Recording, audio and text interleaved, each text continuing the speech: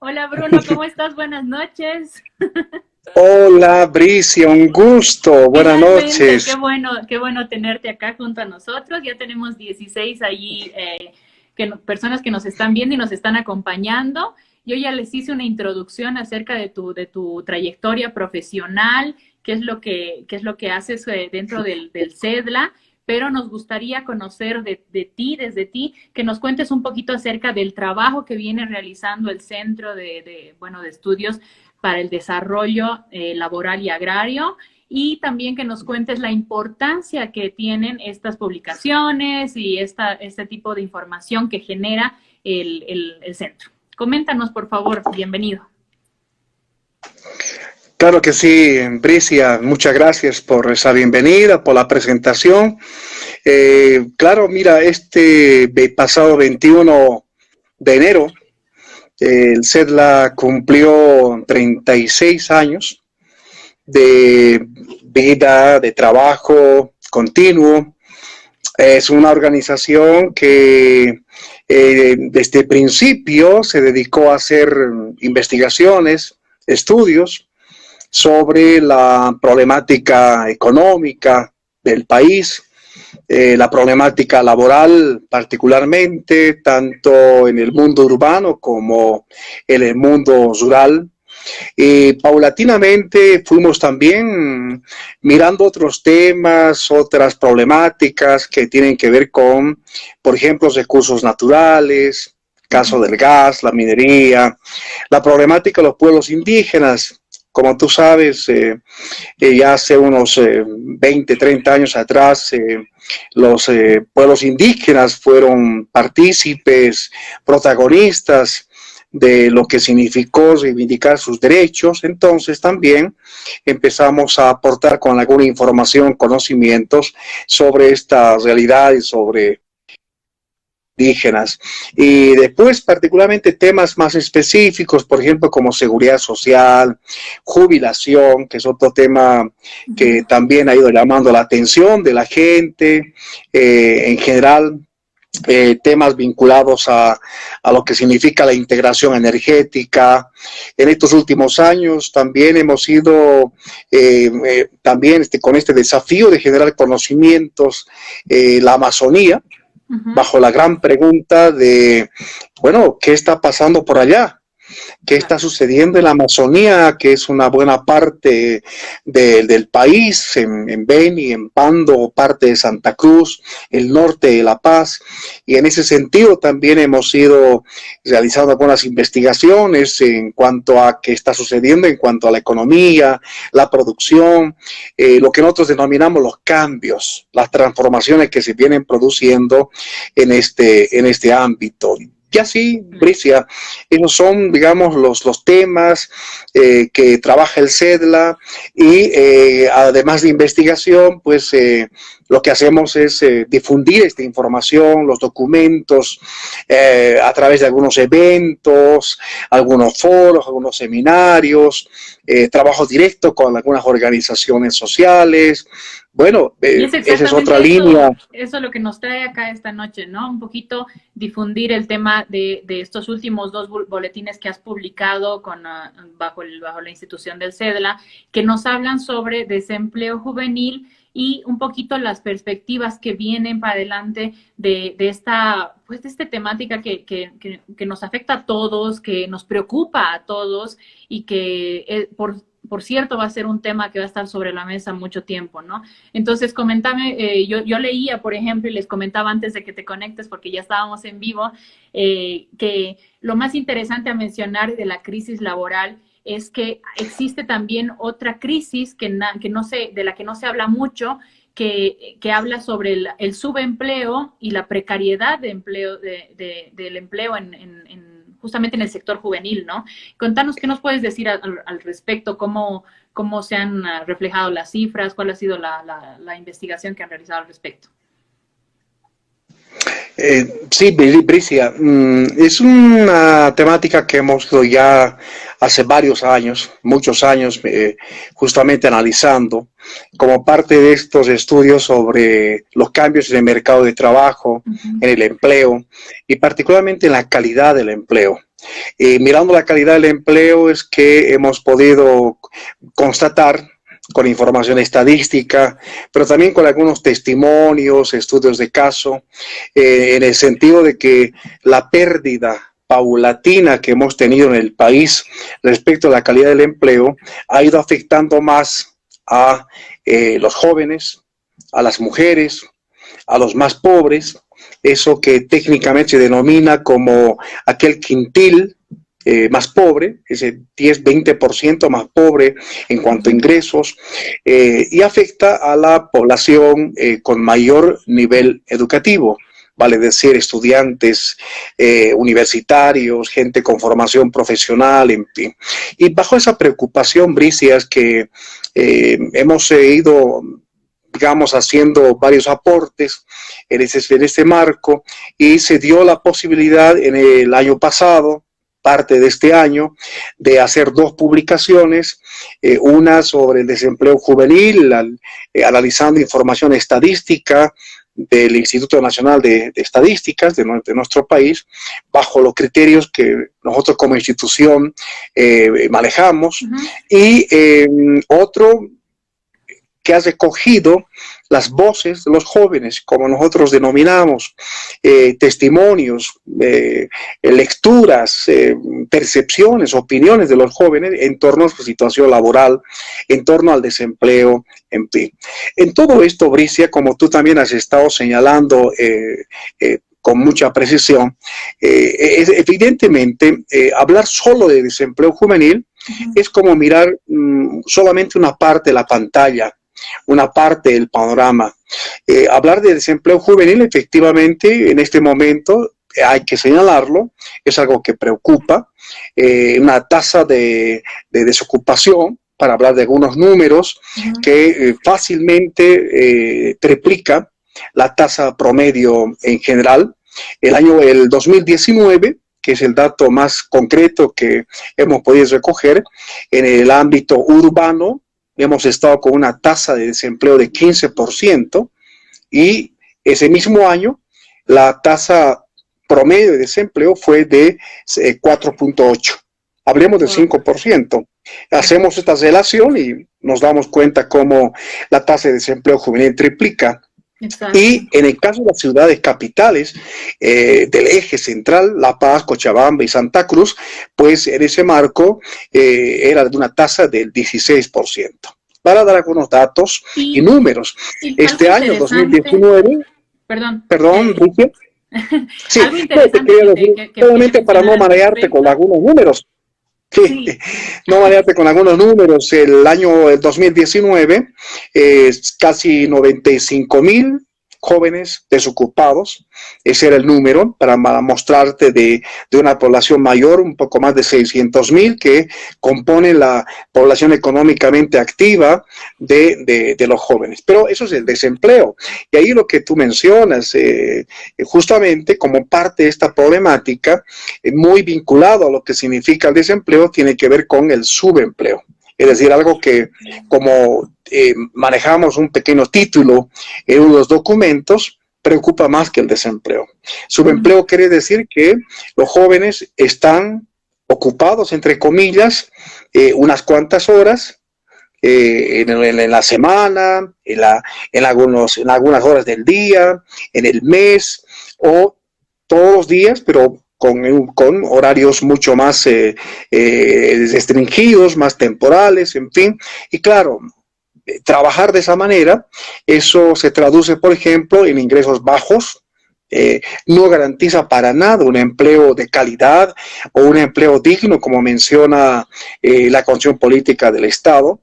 Y señalarte ahí, para darte un número, el año del 2019, 5 de cada 10 jóvenes estaban subempleados, subocupados o, lo que es más delicado, subutilizados, porque son jóvenes con formación, son jóvenes que mal o bien se han capacitado, conocen diferentes áreas en las que ellos han estudiado, tienen habilidades, capacidades en general, en fin, todo eso está desaprovechándose. El subempleo es eso, desaprovechamiento de capacidad de los recursos humanos que tiene el país. Y es muy interesante lo que mencionas, Bruno, porque ahí nos damos cuenta de que este no es un problema que viene con la pandemia, ¿no? Nosotros ya traemos este problema, esta crisis, no solamente de desempleo, sino también de subempleo y precariedad laboral,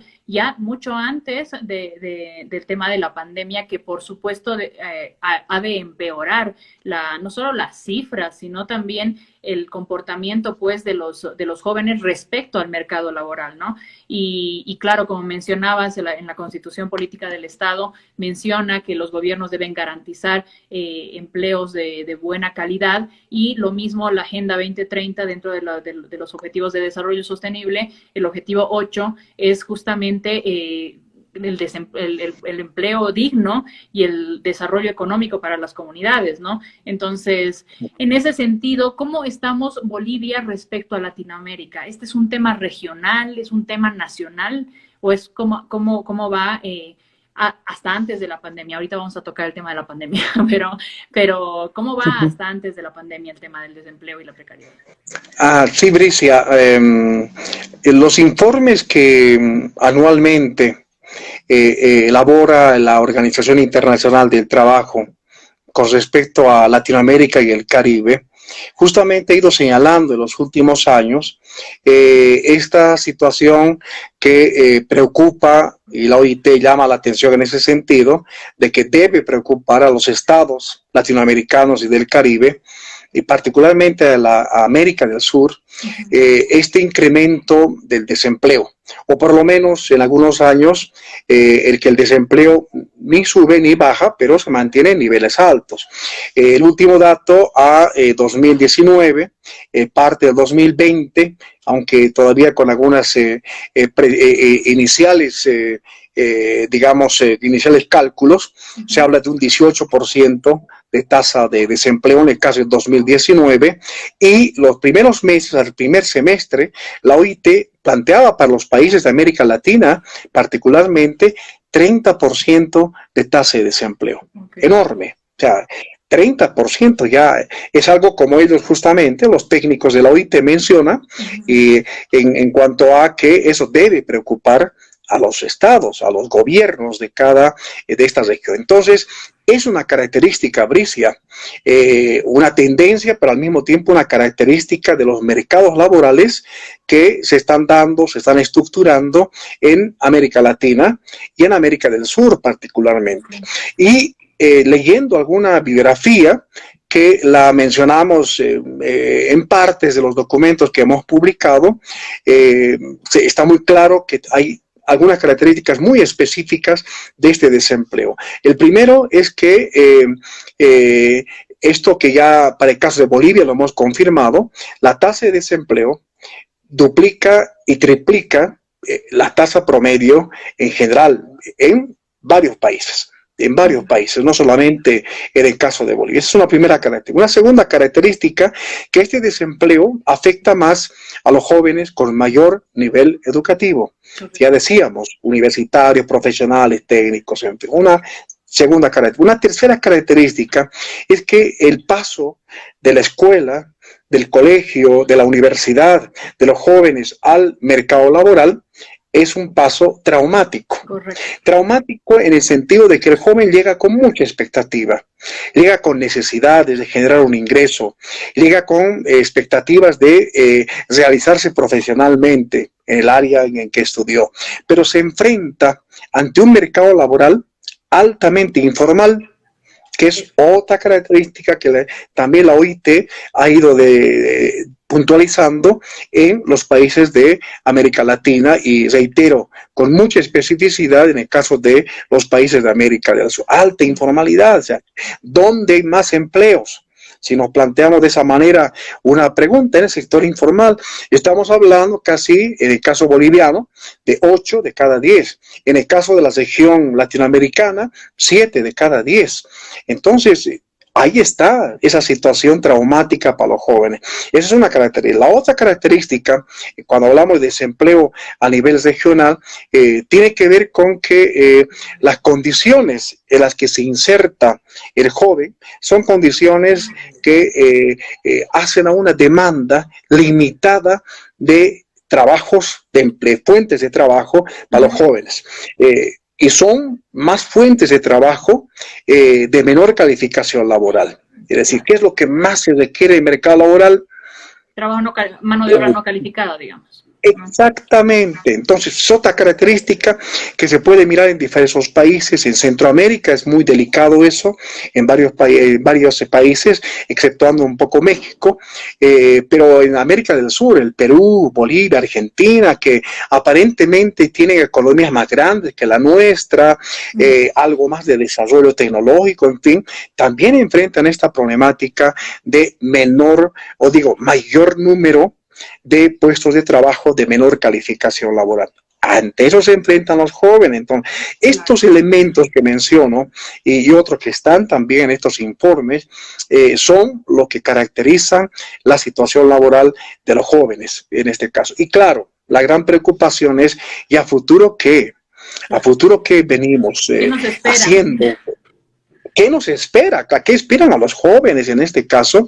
Y es ahí donde la OIT permanentemente, sumado a la CEPAL, la Comisión Económica para América Latina, también plantean esta necesidad de que los estados, los gobiernos, deban encarar de manera agresiva cambios en su actividad económica, en la actividad productiva, en lo que hace a los recursos naturales que tienen cómo se aprovecha todo eso, esos recursos para impulsar procesos que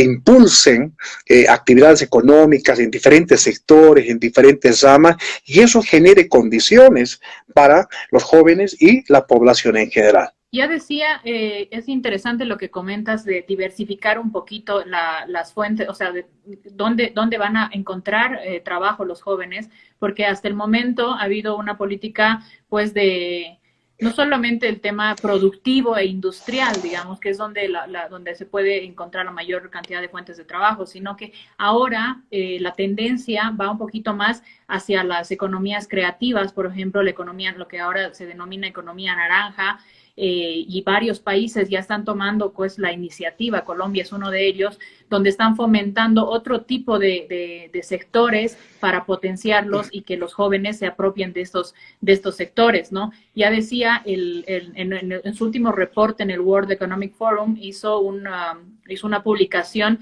que es el futuro del trabajo en el mundo, en el cual mencionaba que el 2025 más del 50% de las fuentes de trabajo se van a automatizar. Entonces, ¿qué es lo que los jóvenes hoy en día tienen que desarrollar? ¿Qué capacidades tienen que desarrollar para no convertirse en un proceso automatizable? Y hablaba justamente de las habilidades blandas, por ejemplo, hablaba del factor humano, del factor crítico que puede agregar una persona para su fuente de trabajo, ¿no? Y para resultar quizá no insustituible, pero por lo menos competitivo al momento de que una empresa decida pues recortar personal o etcétera, ya que esto no solamente responde al tema de la pandemia, al tema de la crisis y los modelos económicos en Latinoamérica, sino también responde a una digitalización de las empresas y a un proceso de transformación digital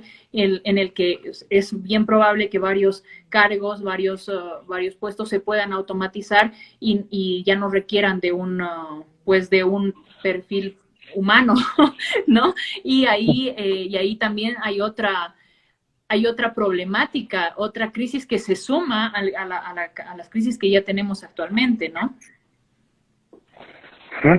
Sí, Bricia, sí, efectivamente es importante, necesario entender diferentes procesos no solo en el ámbito de la economía y del mercado de trabajo, sino también estos otros que tienen que ver con desarrollo tecnológico, que tienen que ver con si este desarrollo tecnológico, por ejemplo, en qué medida beneficia a los jóvenes, cómo los incorpora, en fin, sobre esto hay muchísima bibliografía que, por ejemplo, plantean como grandes preguntas, por ejemplo, si a futuro una suerte de robotización de los procesos productivos podría no precisamente generar oportunidades a los jóvenes o generar en menor medida, sino más bien expulsar y evitar que gente desocupada, gente con formación, con posibilidades de aportar al país, pueda ser más bien impedida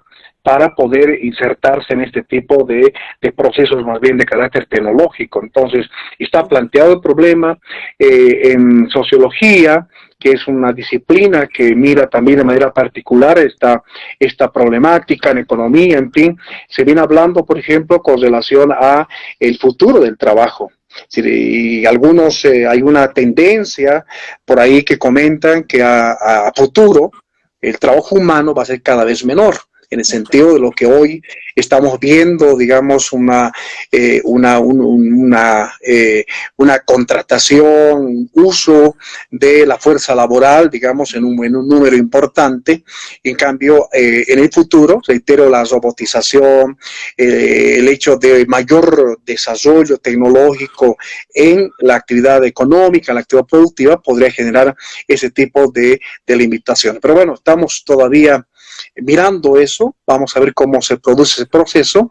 En Bolivia seguramente estamos todavía un poquito lejos, pero no estamos exentos para nada para entrar en ese tipo de proceso. Entonces, en ese marco es que aparte de esta problemática que hemos señalado más o menos rápidamente, también nacen desafíos. Nacen estos retos, nacen estos planteamientos que los jóvenes han ido ya planteándolos en diversos eventos, en diversos espacios, en el sentido de decir, ¿por dónde podemos ir? ¿Por dónde podemos ir? Y una de estas tiene que ver con una palabra importante que es participación. Una sociedad boliviana que no incorpore la participación activa de los jóvenes en diferentes instancias, momentos, procesos, diagnósticos, planificación, de identificar propuestas que lanzan los jóvenes respecto a cómo se puede encarar cambios importantes en el país y que esos cambios incorporen a los jóvenes. Entonces, este es un gran reclamo que tiene que ver con la participación. Uno segundo tiene que ver, y así también lo dicen los jóvenes, por ejemplo, tiene que ver con esto de que las normas, las leyes que se van creando, fundamentalmente de protección al trabajo de los jóvenes, pues que se cumplan. Sencillamente, así de sencillo, o sea, que se cumpla. Eso pasa, por ejemplo, con la ley de juventudes. Que fue un proceso interesante en su discusión, en todo eso, pero quedó ahí en letra muerta, quedó en el discurso, en la palabra bonita, y eso requiere proyectos, programas, requiere planes concretos, recursos económicos para llevar a cabo esos desde programas. La difusión incluso, en fin, ¿no? Que nunca existió una difusión efectiva de esta. Es lo que les comentaba antes de que te conectes, que hace unas semanas me invitó la Cámara Nacional de Comercio a un diálogo de juventudes donde estaba presente la directora de Juventudes Plurinacionales. Y ya haciendo su presentación mencionaba que la máxima preocupación del gobierno respecto al desempleo juvenil era que el 75% de los jóvenes empleados no aportan a las AFPs. Y en ningún momento mencionó, por ejemplo, este es el índice de desempleo, estas acciones estamos tomando respecto a la crisis, sino que la mayor preocupación era que no aportaban a las AFPs. Eso era como el centro de la presentación. Y también me pareció muy intrigante porque hablaba de la ley de juventudes, y yo que estoy tan involucrada en el tema de juventudes, porque, bueno, el año pasado he representado a la principal red de jóvenes de La Paz, que es la Junior Chamber International Andina, y nosotros no teníamos conocimiento, bueno, al menos yo no tenía conocimiento de esta ley y lo que le decía a la muchacha, esta directora, era que, bueno, que había que empezar por un tema de difusión efectiva y eficiente de esta ley y bueno, hacer consecuencia también un poquito, proponiendo pues ya planes de acción, no solamente leyes, sino regulaciones, planes de acción que involucren a los jóvenes y dentro de eso creo que hay algunas experiencias por ahí. Creo que hay el PAE, que es como que es el plan de empleo, una cosa así, Sí, donde el plan también de apoyo al empleo. sí, y habría que rescatar la experiencia que han tenido las empresas con este proyecto y ver si realmente ha mejorado o ha movido la aguja en el tema del índice de desempleo o no, cómo ha aportado este tipo de iniciativas a la laboralidad y a la inserción laboral de los jóvenes, o cuál ha sido realmente el impacto, porque sí se habla mucho de inversión, se habla mucho de proyectos, pero no se habla de los resultados. Y por lo que nos comentas tú, hasta el 2019 tenemos resultados críticos. Entonces ahí viene mi siguiente interrogante, es ¿qué podría hacer el gobierno? ¿Cuál debería ser la función y el rol del gobierno? No solo del gobierno, sino también de las empresas y de la sociedad civil para ponerle frente y ponerle cara. Y eso también nos comenta acá Belu Pinedo, que nos dice cómo encaramos este problema. Entonces, ¿cómo desde tu experiencia y desde tu expertise, cómo crees tú que deberían ser los roles de estos diferentes sectores de la sociedad respecto a esta crisis? En primer lugar, Bricia, debe partirse de un diagnóstico objetivo, crítico, realista, sin ningún tipo de manipulaciones de la información estadística, del estado de situación antes de la pandemia y con la pandemia, y con lo que todavía puede sobrevenir.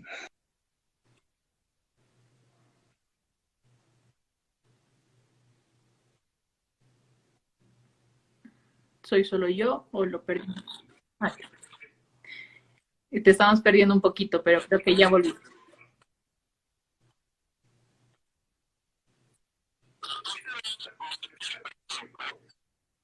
Importante, que ya empezábamos a comentarlo, una tasa de desempleo juvenil alta, un subempleo alto. Estamos hablando de 50% de jóvenes subempleados. Eso, caramba, no debe dejarnos tranquilos. No debe.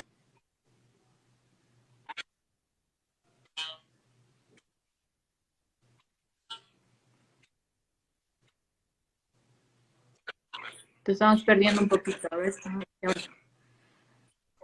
Tienen empleos o tenían empleos precarios, pobres.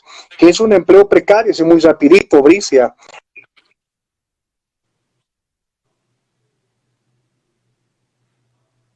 Te estamos perdiendo un poquito, Bruno.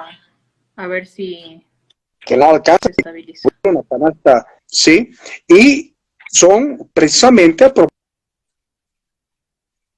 de lo que tú comentabas, son empleos sin seguridad social. Eso quiere decir sin protección social. Ese tipo de empleos precarios, reitero una vez más, golpea al 98% de los jóvenes que tienen una fuente de ocupación o que estaban ocupados en algo. De ese 98, alrededor de 70, ¿sí?, tienen empleos precarios extremos, o sea, los peores empleos. Esta es la situación. Y si a eso sumamos otras características, por ejemplo, que los jóvenes han ido saliendo del mercado laboral, la tasa de participación ha ido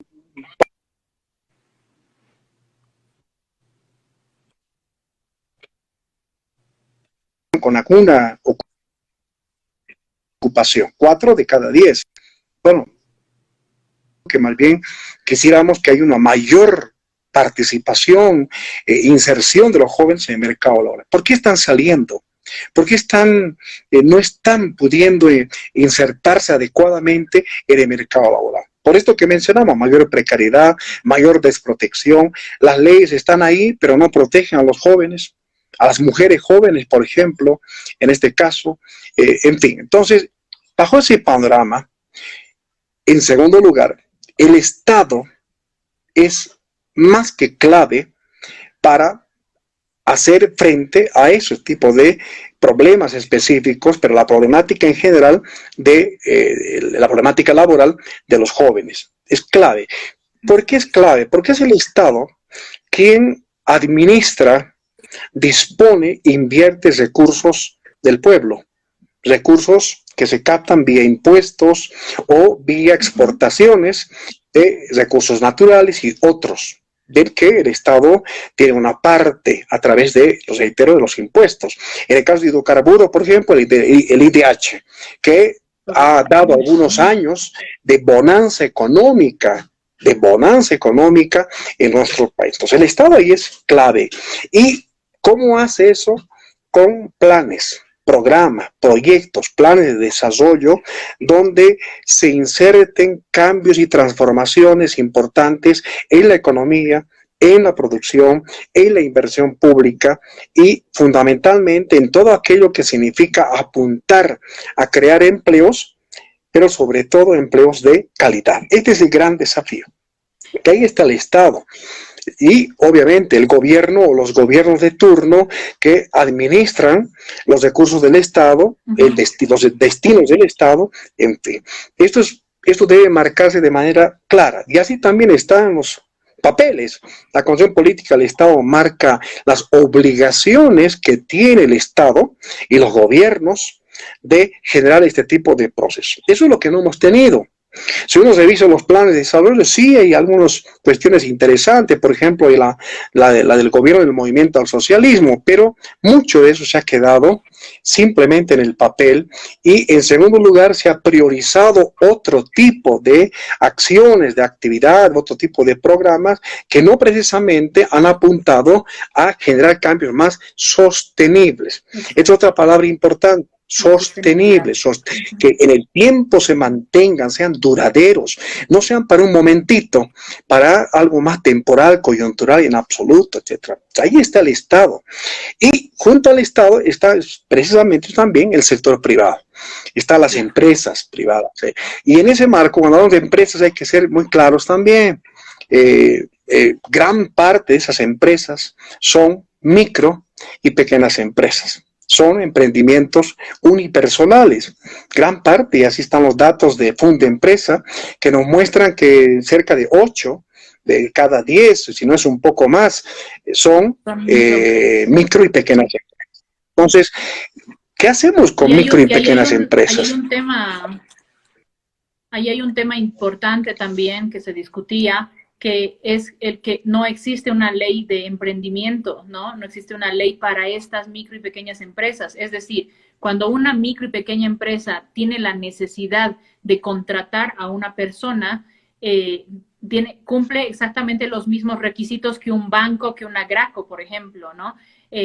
Entonces, ahí también puede ser como una sintomatología del tema que estábamos viendo antes, que prefieren la contratación informal, que prefieren la contratación fuera del sistema del Ministerio de Trabajo, Caja Nacional de Salud, etcétera. Entonces, ahí se puede originar también, hay un tema. ¿Por qué? Porque los microempresarios, los emprendedores más bien, no tienen esas facilidades para contratar personas, siendo que es completamente distinta la realidad que tiene, por ejemplo, un banco que ya tiene 100 años funcionando en Bolivia y ya está completamente consolidado, y una empresa que está emergiendo, que está en sus primeros 2 años, en su primer año de contribución, digamos, de funcionamiento, y necesita contratar una persona, pues tiene exactamente las mismas condiciones de patronales, por decirle en algún sentido, y obviamente esto impide en muchos casos que contraten a un nuevo profesional bajo la ley, ¿no? Entonces ahí también se puede notar un poquito el tema de la precariedad y lo que decíamos, el subempleo, ¿no? No, con seguridad, hacer empresa, como lo dijeron varias veces los propios empresarios, sus dirigentes, en fin, hacer empresa en Bolivia tiene sus complicaciones, tiene sus limitaciones, y nuevamente ahí tiene que ver el Estado.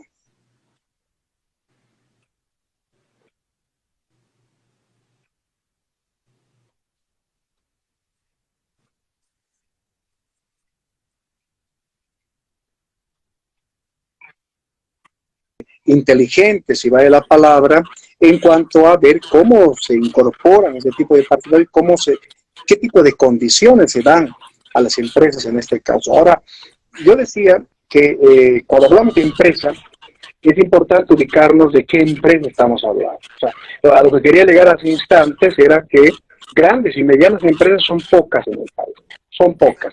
En general, no son más de 5 a 10 empresas de cada 100 que son grandes y medianas. La mayoría, como tú bien te estás señalando, están en el sector informal.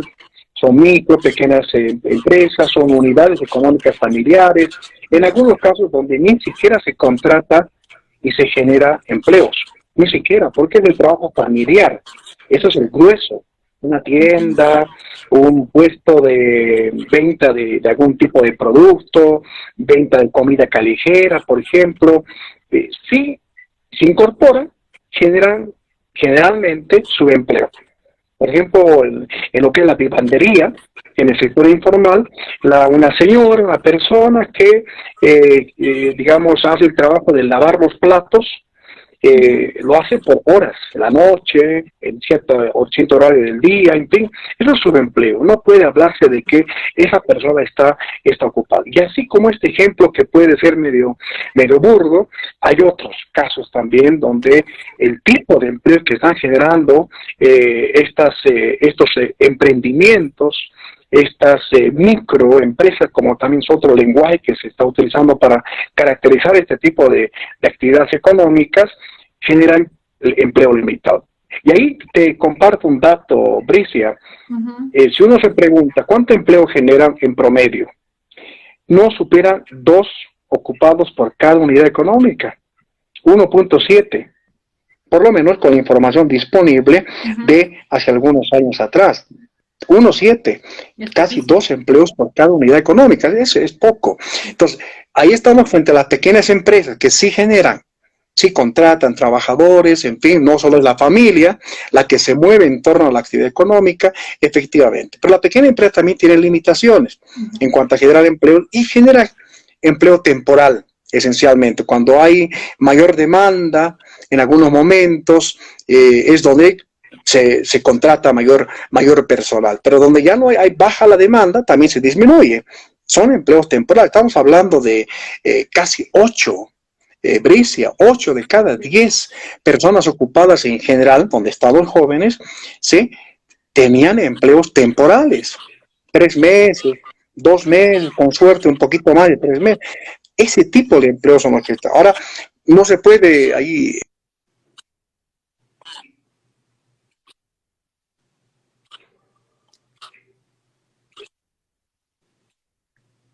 Te estamos perdiendo nuevamente. A ver, ahora.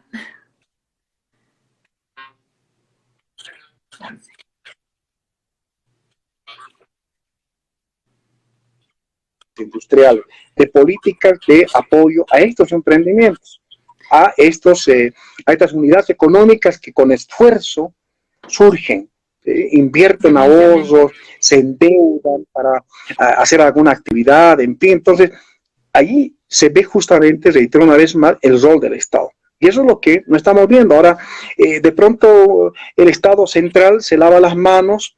No, que sean los gobiernos municipales, los departamentales.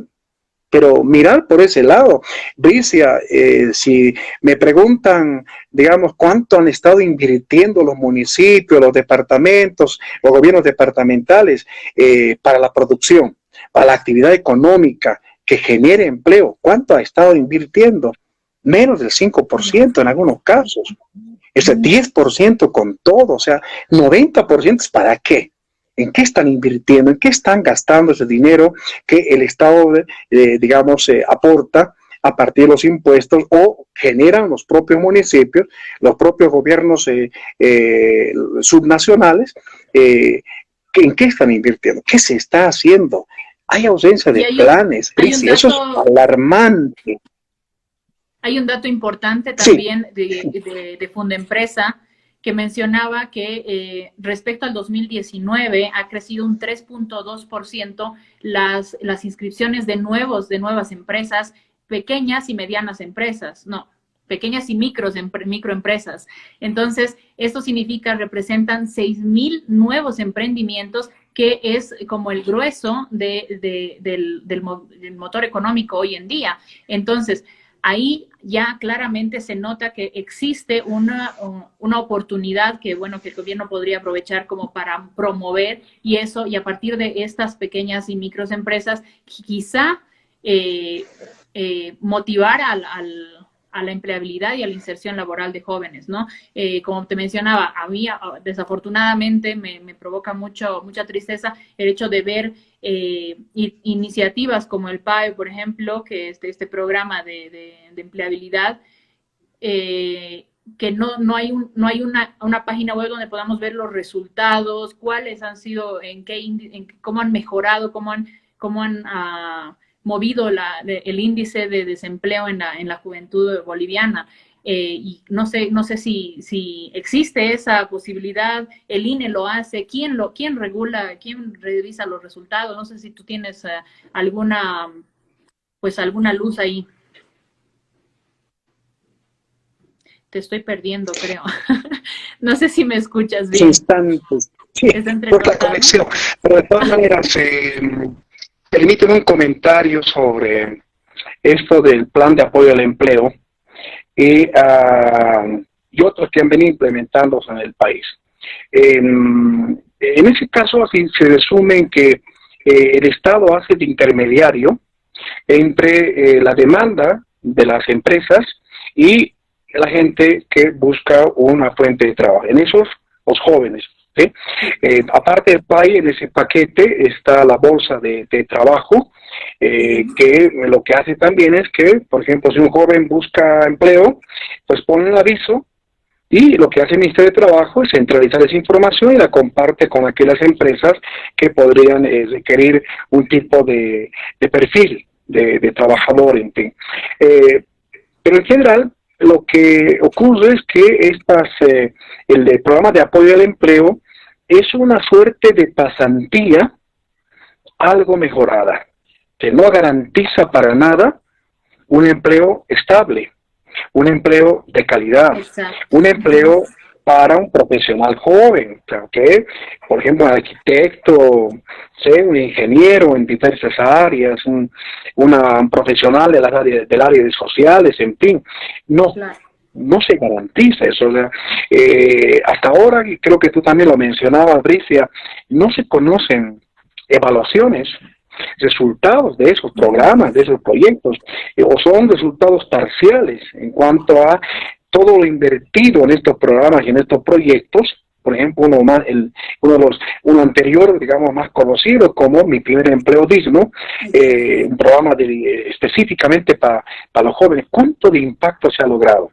¿Cuántos jóvenes se han insertado por un buen tiempo y ojalá hasta ahora sigan ocupados en el empleo que han podido lograr a partir de ese tipo de programa? Esa información no se la tiene, no se ha hecho una seria objetiva evaluación del impacto real de estos programas, y en ese marco está el programa de apoyo al empleo, que sí puede aportar, sí, generando espacios de las empresas, cada vez que las empresas demanden algo, sí, por supuesto, y también el sector privado en ese sentido ha sido un poquito más proactivo, al decir, bueno, les requerimos tanto personal en la banca, por ejemplo, en alguna industria, sí, pero no son suficientes, Brice, ese es el gran problema, y no es que uno quiera acá ser muy perfeccionista, nada por el estilo. Estamos hablando de 95,000 jóvenes, ¿sí? Una fuente de trabajo. Si a eso sumamos subempleo, estamos hablando de números más grandes. Entonces, es frente a eso que tenemos que mirar qué tipo de programas más creativos, que incorporen participación del Estado, de diversos actores económicos, que incorporen desarrollo tecnológico, que incorporen mayor, reitero, creatividad, en fin, de tal modo que esos empleos puedan a futuro ser sostenibles. puedan ser duraderos, puedan ser estables y sobre todo es sumamente importante el hablar de sostenibilidad en este tipo de iniciativas, es realmente importante. Ya para despedirnos, porque ya estamos a punto de llegar a nuestro límite en el IG Live, quería alguna reflexión que nos puedas dejar y qué podemos hacer nosotros como jóvenes para tomar acción al respecto. Quiero recuperar algunos elementos que hemos podido recoger en la segunda publicación referida a las voces de los jóvenes, el desempleo juvenil visto desde los jóvenes. Y en ese sentido, resaltan como que 3 hasta 4 aspectos importantes. El primero es que el Estado tenga una visión mucho más integral respecto a las capacidades de los jóvenes. Es decir, estamos hablando de que año que pasa tenemos más profesionales, más egresados, más titulados, más técnicos, en fin. El Estado no está mirando esas capacidades, ese potencial humano, no. Siempre se está trabajando con programas, proyectos más generales, no apuntando a este potencial de los jóvenes. Este es el primer reclamo, porque hemos podido hablar con algunos jóvenes universitarios, gente ya egresada, haciendo sus tesis, que nos decían, el Estado no piensa en nosotros. El Estado no está entendiendo lo que hemos aprendido, lo que somos. ¿Cómo? Seguramente algunas debilidades sí, pero sí hay conocimiento de por medio en los jóvenes. Ese es un primer elemento que recogemos de estos testimonios. Un segundo tiene que ver que haya mayor preocupación en algunas fracciones de esta población joven. Las mujeres, por ejemplo. Mujeres jóvenes, mujeres profesionales, mujeres mamás solas, lo que se llama las madres solteras, mujeres migrantes, en fin, ¿sí? Se mire específicamente este tipo de poblaciones, pero también en general a jóvenes migrantes. Claro.